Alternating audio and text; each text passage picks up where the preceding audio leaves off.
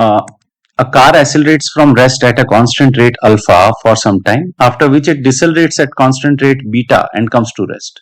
If the total time elapsed is t, then the maximum velocity acquired by the car will be how much? Let's understand it with a graph.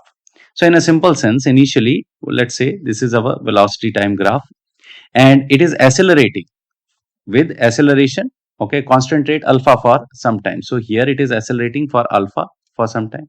Then it is decelerating with beta for some time. Okay, fine. So when it is accelerating from rest. So initial velocity is 0 and it is going to maximum velocity, let's say Vmax. Again from Vmax, it is going back to 0 because it is coming back to rest. And the total time elapsed while going from 0 to Vmax and Vmax to 0 is total time is t. Time t1, let's say here, and time t2 here. So let's use the equation of motion. Which equation of motion? V minus u equal to at.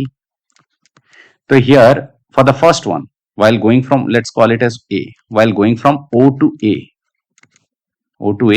the final velocity will be Vmax, initial velocity will be 0, right? So this will be Vmax minus 0 will be equals to alpha t1.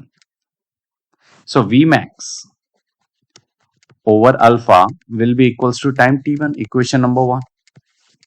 While going from A to back to, let's call it as x, while going from A to x,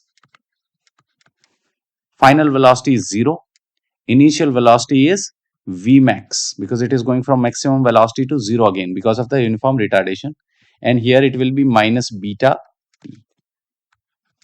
So here it t2 will be equals to Vmax over beta. That's our equation number 2.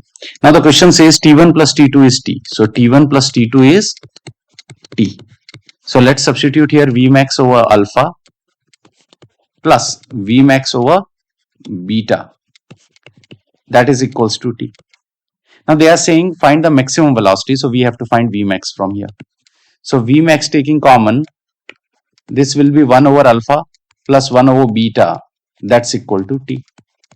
Cross multiplying, it will be Vmax beta plus alpha over alpha beta. That's equal to t. And this implies that Vmax is nothing but alpha beta t over alpha plus beta.